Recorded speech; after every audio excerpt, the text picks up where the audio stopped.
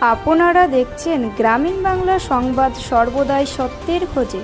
সাগরপাড়া থানা উদ্যোগে সম্প্রীতি কাপ ফুটবল টুর্নামেন্টে দেখতে উঠছে মুর্শিদাবাদ পুলিশ জেলার অন্তর্গত সাগরপাড়া থানার উদ্যোগ আছে দলীয় ফুটবল টুর্নামেন্টে শুক্রবার ছিল প্রথম প্রাইজ হিসেবে থাকছে সুবিশাল ট্রফি, নগদ 10,000 টাকা এবং একটি খাসি ছাগল। দ্বিতীয় পুরস্কার সুবিশাল ট্রফি এবং নগদ 7,000 টাকা। সেই দিন সম্প্রীতি কাপ ফুটবল টুর্নামেন্টে উদ্যোক্তা স্থাপিত ছিলেন চমক কলেজের সিআই তাপস কুমার দাস, সাগরপাড়া থানা ভারপ্রাপ্ত আধিকারিক খোরশেদ আলম, 5 অঞ্চলের প্রধান উপপ্রধান, ফুটবল প্রেমিক। শুক্রবার প্রথম খেলার সাগরপাড়া জিপি এবং দেবীপুর জিপি মুখোমুখি হয়েছিল।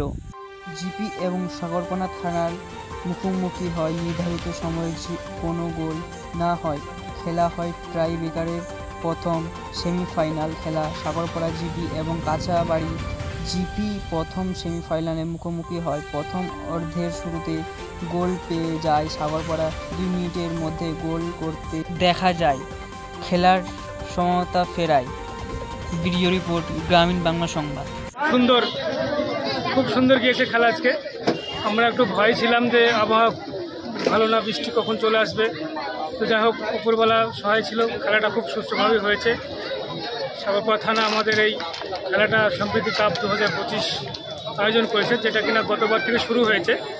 গতবার এটা সাগরপাড়া মাঠে হয়েছিল, সেখানেও ভালো খেলা হয়েছে। এবার সাগরপাড়া ওসি এটা চেয়েছে সাহেবনগরে হোক, এখানে আমরা খেলাটা করাচ্ছি। খুব সুষ্ঠুভাবেই হয়েছে খেলা। আজকে সাগরপাড়ার জিপি টিম সেটা ফাইনালেও প্রবেশ করেছে। আগামীকালকে আবার খেলা আছে, সেই খেলাতে দেখা যাবে কে ফাইনালে প্রবেশ করে। আচ্ছা, আজকে দেখলাম অনেক দর্শক এসেছিল, তাহলে আগামী দিনে আরও 2 দিন খেলা আছে, কি বলবেন দর্শকদের উদ্দেশ্যে?